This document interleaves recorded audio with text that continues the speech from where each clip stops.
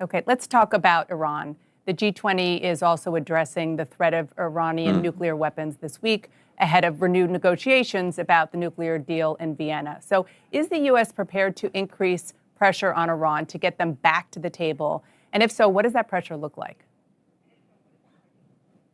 Well, two things. First, President Biden got together here in Rome with his German, his French, and his British counterparts.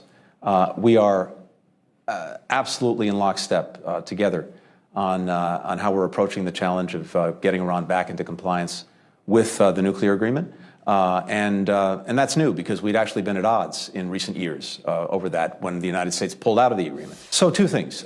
We continue to believe that diplomacy is the best way to deal with the challenges, the threat posed by Iran's nuclear program, and particularly, unfortunately, the steps it's taken since we pulled out and in recent months to make that program increasingly dangerous.